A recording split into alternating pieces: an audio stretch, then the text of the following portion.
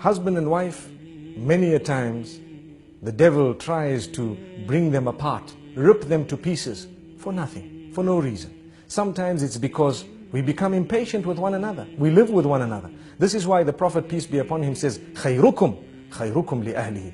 If you want to know the best from amongst you, he who is best to his wife and his family members. The same applies to a female. She who is best to her husband and family members. If your husband or your wife or your family members can bear witness that you are a very good person, then indeed you are good, because you live with them 24/7. What's the point of your neighbors and your workmates and others thinking, wow, what a gorgeous man, what a lovely person he is? That's because you go to work, you smile, because you're being paid to smile. You work so nicely, you're so kind to your bosses and everyone because you're being paid to do that. Some wives wouldn't mind paying their husbands to see that smile, because we don't smile sometimes. We come into the home, we throw everything onto one side, we sit in front of the television with our newspapers, and we're being spoken to, and we're just saying, yes, yes, until they might even ask us, are you a fool? And you say, yes. This is the type of behavior we have sometimes. We don't even know what they're saying. Yet, someone phones you from work, full concentration on the phone call. What is this?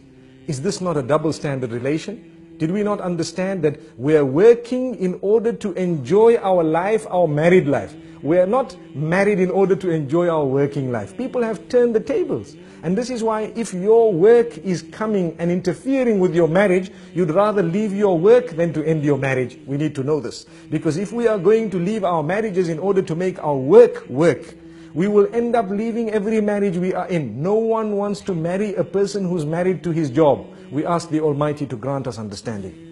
The point I'm raising is, some people prioritize wrongly, and they end up giving priority to that which is not supposed to be right at the top, over and above the things which are supposed to be right at the top. And for this reason, children are neglected, wives are neglected, sometimes husbands are neglected. The way we speak to them is far worse than the way we speak to others. Sometimes, as I said, at work, we can speak so calm, so kind to everyone, but come home, and suddenly we have such a face. Everybody's helter-skelter. Everybody's running around. No one wants to sit with us. We don't sit with anyone. When we're on the table, we have, a frown, and we look at everyone as the most harsh of people. And yet at work, even the girl who brought the tea to us, thank you very much. Oh, it was so sweet of you. Couldn't you say that to your own wife? Thank you very much. It was so sweet of you. Sometimes we have these examples can go on and on. But the point being raised is we need to make an effort to try and build the relation. Relations are built. They don't just happen.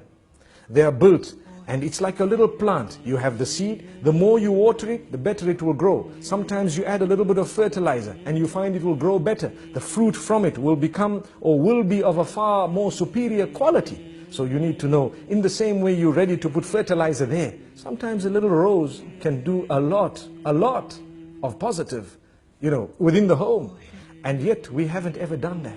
There are people sometimes who will buy chocolates and gifts for others who are not even related to them. And yet for their own family members, they've never even bought a single rose, nor have they bought a little gift, nor have they had a surprise for them. Why? This is when you have the relation breaking, especially today, in the age of television, in the age of the internet, where people are watching others live, sometimes even on the box, and they see how, happy others might be. They tend wrongly to compare. It is wrong to compare. It is in fact almost detrimental to compare your marriage to those who might appear to you to be happier than you. But people are doing it. And when they do this, at least we need to know, let us try our best to develop such a solid relation that they can discuss things with us openly, in a respectful manner. Look, this is where you're making a mistake. This is where I think you need correction. And don't feel bad about it. Take it. Some men think that we don't want to be corrected, and the same applies to some females. And this is husband and wife. We are supposed to be the closest, and yet we can't even communicate.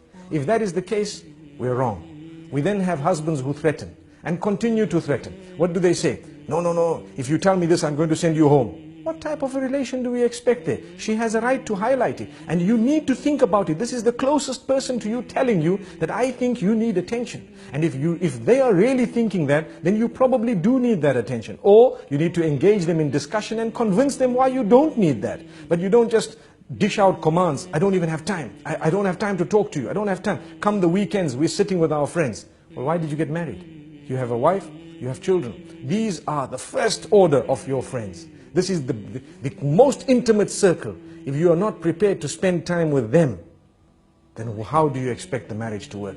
I think we've said quite a bit for today, and this is all food for thought. Obviously, whatever we've said applies to me firstly and then everyone else, and the idea is to conscientize one and all about this beautiful relation between husband and wife. This is only a tip of the iceberg. May we have another opportunity sometime to go a little bit further. Until then, Assalamu alaikum wa rahmatullahi wa barakatuh.